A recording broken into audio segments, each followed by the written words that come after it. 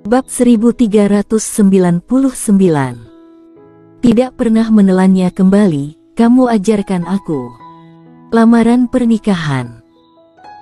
Meskipun planet Tianyun mengalahkan planet Tianmo, tapi juga menderita kerugian besar, seperti sekarang, kecuali dunia tengah benua Tianyun, sisa planet Tianyun belum diambil kembali.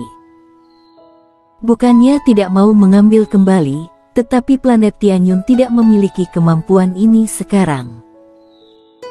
Ketahuilah, planet Tianyun mampu mengalahkan planet Tianmo karena warrior yang dan ketiga master tingkat dewa lanjutan yang dibawanya. Kecuali warrior yang, Kuart, dan tetua Yuan bertiga, planet Tianyun tidak memiliki master manapun.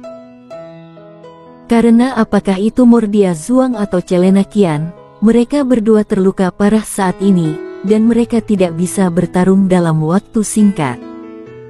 Dan pada saat ini, orang planet barbar datang. Dan ini masih lamaran pernikahan. Ini benar-benar perhitungan yang bagus. Warrior yang menyeringai di sudut mulutnya, jangan melihat vitalitas planet Tianyun yang terluka parah. Pada kenyataannya, planet Tianyun saat ini adalah harta karun.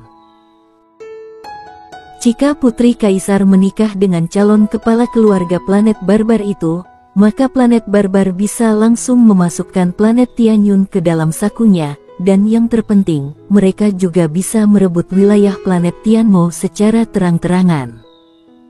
Satu batu mengenai dua burung. Selama menikahi Putri Kaisar, maka akan mendapatkan dua dunia tengah dan lebih dari 200 dunia kecil. Dengan kata lain, warrior yang dan Putri Kaisar bertarung setengah mati, dan planet barbar ini datang untuk mengambil keuntungan. Pada saat ini, ekspresi warrior yang menjadi dingin. Melihat ekspresi warrior yang, Korbat Nian membeku di dalam hatinya dan tidak berani berbicara. Karakter warrior yang benar-benar menakutkan, terutama ketika dia marah, dia benar-benar gila.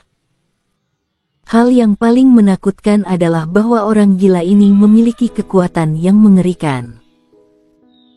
Pada saat ini, Putri Kaisar tiba-tiba meraih tangan warrior yang, planet barbar adalah planet bintang 3 yang tidak lebih lemah dari planet Tianmo. Tapi tidak masalah, ada apa, mari kita hadapi bersama. Warrior yang mengangguk dan berkata, ayo kita lihat bagaimana lamaran pernikahan mereka. Setelah selesai berbicara, warrior yang membawa Putri Kaisar dan berjalan ke depan. Melihat warrior yang dan Putri Kaisar, Korbat Nian tersenyum kecut, satu gelombang baru saja surut, gelombang yang lain pasang lagi. Aula Dewa Perang. Di aula utama, Mordia Zhuang dan Celena Qian duduk di posisi utama, dan di bawah, selain orang-orang dari planet Tianyun, ada dua pria dan satu wanita yang agak mencolok.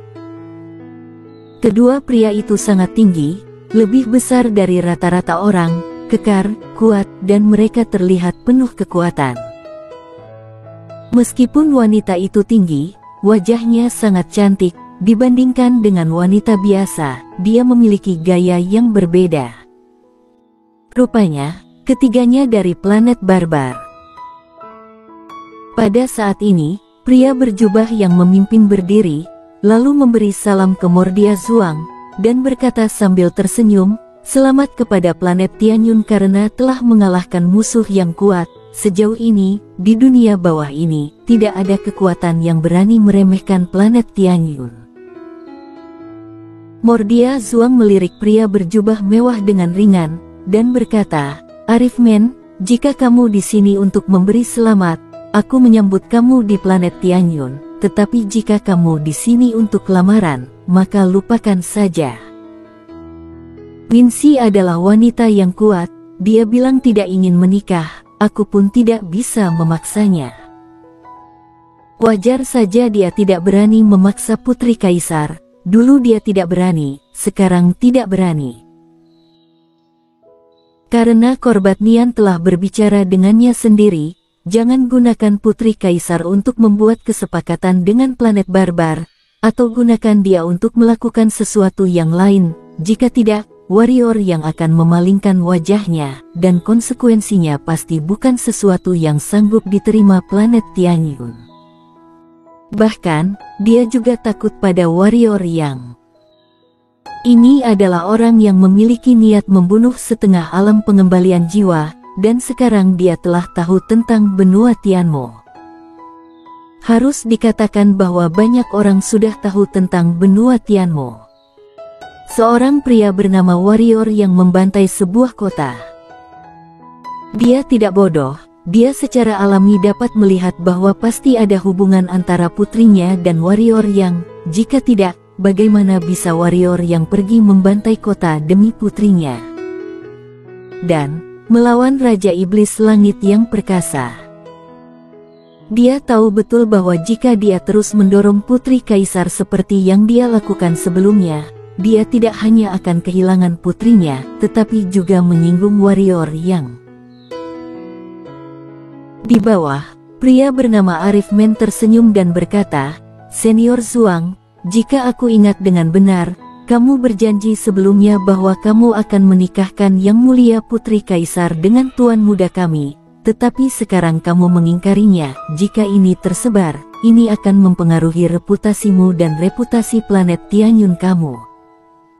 Tidak masalah jika reputasi tidak bagus." Mordia Zhuang berkata dengan suara datar, "Arif Men, semua orang pintar, bicara saja terus terang. Alasan aku setuju sebelumnya adalah untuk mendapatkan bantuan planet barbar kamu, tetapi planet barbar kamu tidak datang membantu kami, jadi, aku tidak merasa planet Tianyun aku berutang apapun kepada planet barbar." Arif Men mengangguk dan berkata, "Kita semua mengerti bahwa yang disebut pernikahan gabungan itu sebenarnya untuk mencari keuntungan, tetapi aku datang hari ini, bukan untuk berbicara tentang keuntungan. Yang ingin aku katakan adalah bahwa calon kepala keluarga kami sangat menyukai Yang Mulia Putri Kaisar dan ingin menjalin hubungan dengannya. Jika Senior Zhuang dan Yang Mulia Putri Kaisar bersama calon kepala keluarga kami, dengan bakat Yang Mulia Putri Kaisar, dia pasti akan dibina dengan giat oleh planet barbar kami. Selain itu, penggabungan planet Tianyun dan planet barbar kami mungkin akan menjadi kekuatan bintang 4, atau kekuatan bintang 5, dan bahkan memasuki dunia besar bukanlah hal yang mustahil." Masuki dunia besar. Mordia Zhuang mengepalkan tangannya perlahan, ini pasti mimpi semua pendekar hitam dan semua kekuatan planet. Apalagi yang sudah sampai master tingkat dewa lanjutan, kalau mau maju hanya bisa sampai ke dunia besar. Sangat sulit bagi master tingkat mereka untuk terus berkembang di dunia bawah ini. Bukannya mereka tidak bisa, tapi mereka tidak berani. Karena jika mereka menerobos, dunia bawah sama sekali tidak dapat menahan kekuatan mereka. Jika mereka menerobos dengan paksa, mereka akan dihukum oleh jalan surga. Bukannya tidak ada yang master yang berjuang keras melawan jalan surga, tetapi tipe orang yang berani melawan jalan surga adalah master super yang tiada taranya, dan mungkin hanya ada satu dalam 10.000 tahun. Karena itu, mereka tidak punya pilihan selain memilih untuk pergi ke dunia besar untuk peningkatan alam, meskipun tetap ada pemblokiran jalan surga, tetapi, itu adalah hukuman langit biasa, tapi jika dipromosikan di dunia bawah, itu bukan hukuman langit biasa, tetapi hukuman kematian yang legendaris, singkatnya, adalah hukuman langit yang mematikan. Setelah lama terdiam, Mordia Zhuang menggelengkan kepalanya dan berkata, "Soal lamaran, Winsi tidak akan setuju, dan aku juga tidak akan setuju. Jika tidak ada urusan lain, kalian bertiga silahkan kembali." Meski tahu apa yang dikatakan Arif Men sangat mungkin terwujud, toh kekuatan planet barbar sangat kuat, jika planet Tianyun bergabung, maka kekuatan akan naik ke tingkat yang lebih tinggi, dan bukan tidak mungkin menuju ke dunia besar di masa depan. Namun, dia tidak ingin kehilangan putrinya, apalagi menyinggung warrior yang. Juga, ketika planet Tianyun dalam krisis, planet barbar tidak peduli tentang hidup atau mati planet Tianyun ketika tidak ada manfaat, tetapi warrior yang tidak memikirkan manfaat apapun dan datang untuk membantu tanpa ragu-ragu. Antara warrior yang dan planet barbar, bahkan orang bodoh pun tahu siapa yang harus dipilih. Mendengar kata-kata Mordia Zhuang, senyum di wajah Arifman berangsur-angsur menghilang. Setelah beberapa saat, Arifman berkata dengan suara datar, "Senior berpikir krisis planet Tianyun telah teratasi." "Apa maksudmu?" Wajah Mordia Zhuang masam. Arifman tertawa kecil dan berkata, "Senior seharusnya sangat menyadari situasi planet Tianyun saat ini. Meskipun planet Tianyun mengalahkan planet Tianmo, kalian juga menderita kerugian besar. Bahkan kedua senior terluka parah, sedangkan sisanya master setengah dewa lanjutan dan pendekar ketiadaan sangat sedikit. Dapat dikatakan bahwa planet Tianyun saat ini sangat lemah, dan banyak kekuatan planet mengincar kamu. Ini juga termasuk planet barbarmu, kan?" kata Mordia Zhuang dingin. Arifman menggelengkan kepalanya dan berkata, "Senior, seperti sebelumnya, kami sangat berharap untuk menikahi planet Tianyun, selama Yang Mulia Putri Kaisar berjanji untuk menikahi calon kepala keluarga kami, kelak urusan planet Tianyun akan menjadi urusan planet barbar kami.